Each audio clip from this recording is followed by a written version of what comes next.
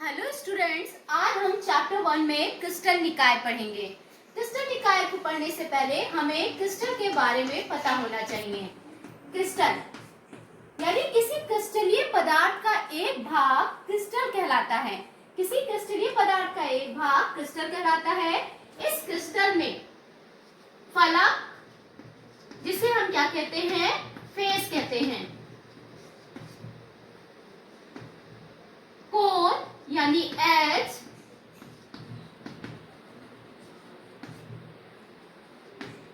अंतराफलकीय core,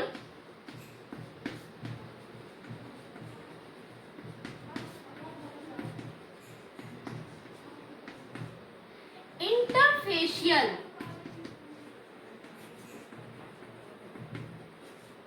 angle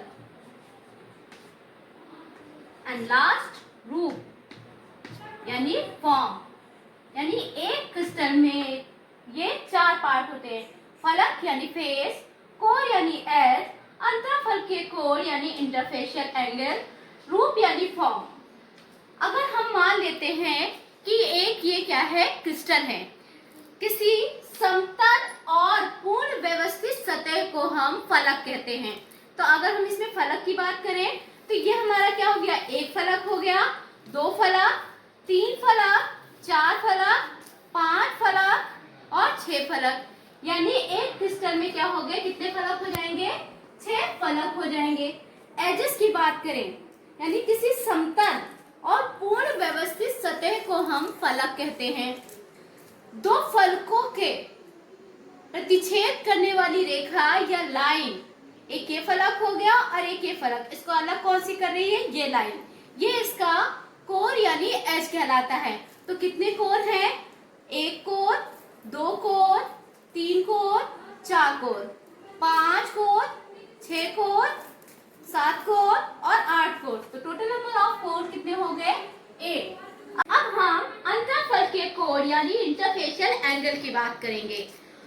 दो फलकों के मध्य स्थित कोण को हम अंतराफलकीय कोण कहते हैं। दो, एक ये फलक हो गया और एक ये फलक हो गया, तो इसके मध्य स्थित जो कोण होगा उसको हम क्या कहेंगे, अंतराफलकीय कोण कहेंगे, और इसको हम अल्फा, बीटा, गामा से डिनोट करेंगे। इसके बाद रूप यानी फॉर्म, ये हमें कैसा दिखाई दे रहा है, क्यूबॉइड फॉर्म यानी घनाभ की तरह दिखाई दे रहा है। ये इसलिए हम इसका रूप क्या हो जाएगा, क्यूबॉइड यानी घनाभ हो जाएगा।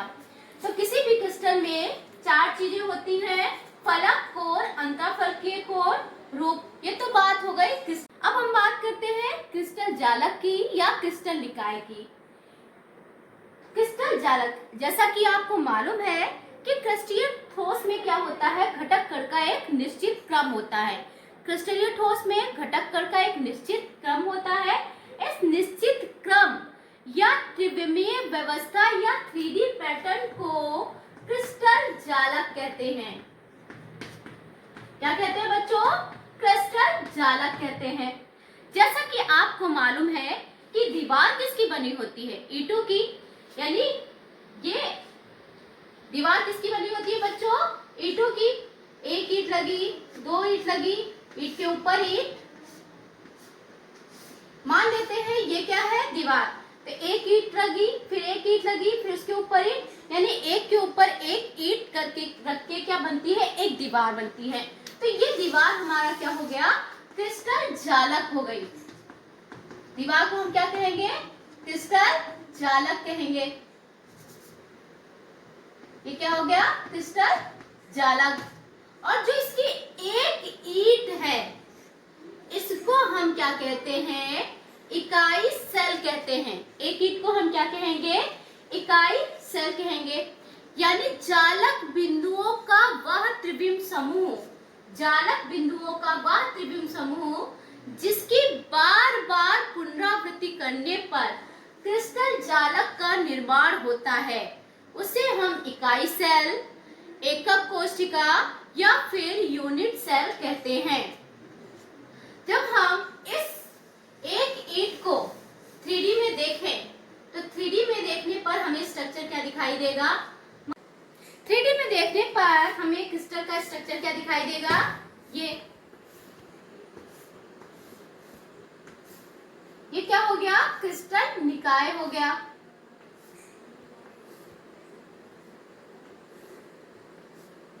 ये इसकी क्या हो गई? एक्स एक्सिस हो गई। ये वाई एक्सिस और ये जेड एक्सिस। एक्स एक्सिस पे लंबाई क्या हो गई? ए। वाई एक्सिस पे लंबाई क्या हो गई? बी। और जेड एक्सिस पे लंबाई क्या हो गई?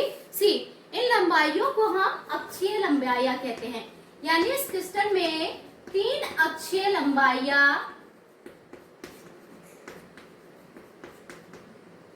एक्स एक्सिस के रेस्पेक्ट में ए, वाई एक्सिस के रेस्पेक्ट में बी एंड जेड एक्सिस के रेस्पेक्ट में क्या हो गई? सी। 3 अक्षीय लंबाइयां हो गई ए बी सी। अब कोण की बात करें तो इसमें 3 अंतराफलकीय कोण अल्फा, बीटा और गामा। यानी हम देखें तो ए और बी के बीच में कौन सा कोण आ रहा है? गामा।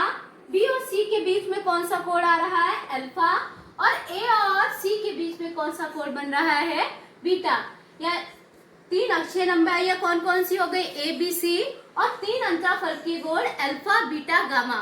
यानी 3 अक्षीय लंबाइयां और 3 अल्फा अंतराफलकीय कोण अल्फा, बीटा, गामा के अकॉर्डिंग इस क्रिस्टल निकाय को 7 पार्ट्स में डिवाइड किया गया है। इस क्रिस्टल निकाय को 7 पार्ट्स में डिवाइड किया गया है। कौन कौन से हैं वो पार्ट्स? देखिए, और इसको याद करने के लिए बहुत ही अच्छी टेक्निक है कि हम पहले क्या याद कर लें? C, Tom, there. क्या याद करना है बच्चों? C, Tom, there. CTOMTHR। C for cubic, यानी पहला क्या हो गया? घनीय क्रिस्टल निकाय। T for tetragonal. इसको हिंदी में द्विसमलंबाक्ष।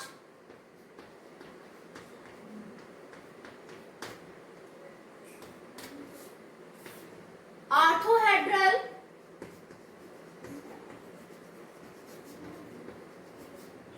विषमलंबाक्ष।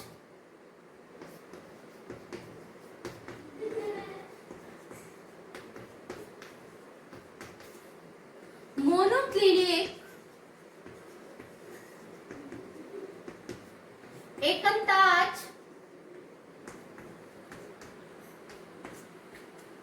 ट्राइक्लिनिक। त्रिताक्ष।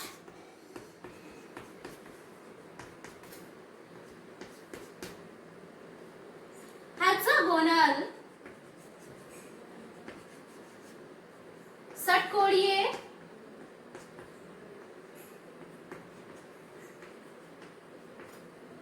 और last rhombohedral.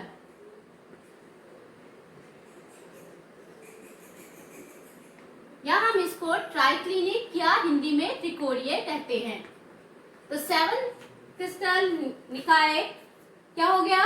C, Tom, there यानी cubic, tetragonal, orthohedral, monoclinic, triclinic, hexagonal, rhombohedral.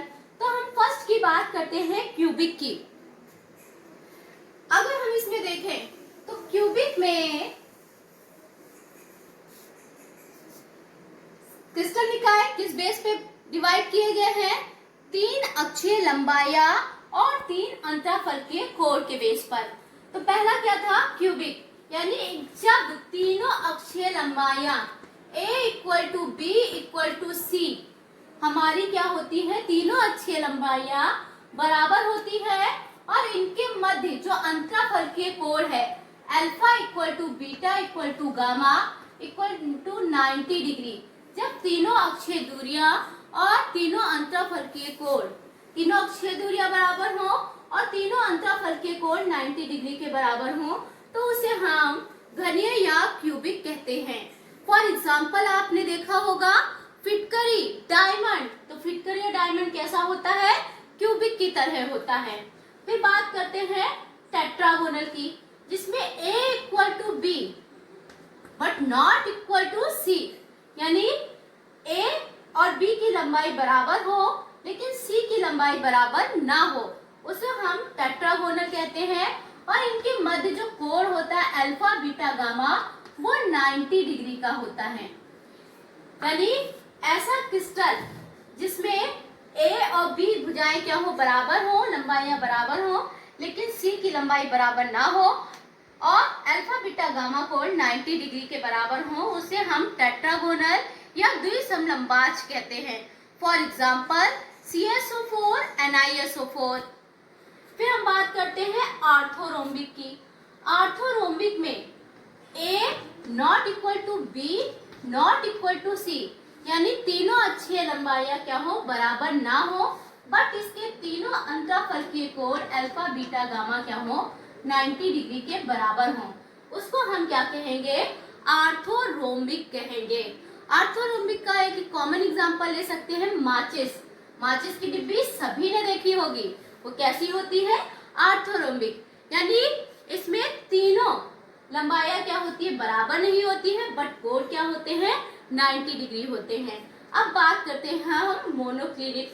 Monoclinic में भी ये तीनों अक्षीय लंबाइयां A not equal to B not equal to C, यानी तीनों अक्षीय लंबाइयां A B C बराबर नहीं होते हैं, पर इनका अल्फा और गामा कोण 90 डिग्री का होता है, but beta not equal to 90 degree होता है।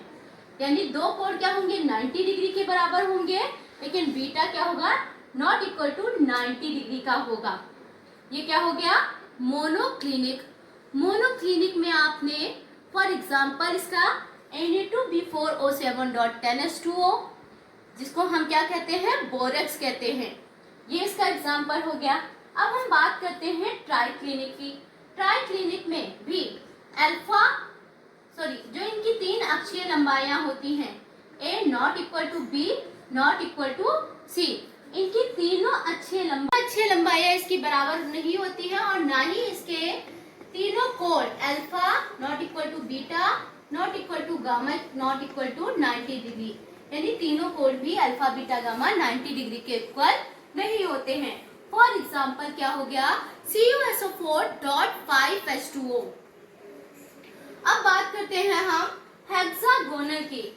हेक्सागोनल में A इक्वल टू B, यानी दो लंबाइयां बराबर होती है, not equal to C। C क्या होता है, इन दोनों के बराबर नहीं होता है। इनमें अल्फा और बीटा दोनों 90 डिग्री के होते हैं, पर जो गामा कोण है वो 120 डिग्री का होता है। यानी षटकोणीय में दो लंबाइयां A इक्वल टू B होती है, लेकिन C बराबर नहीं होता है, और अल्फा बीटा अंतःफलकीय कोण 90 डिग्री का होता है और गामा 120 डिग्री का होता है। फॉर एग्जाम्पल बर्फ आप सबने देखी होगी, बर्फ कैसा है, हेक्सागोनल है। एंड लास्ट है रोम्बोहेड्रल।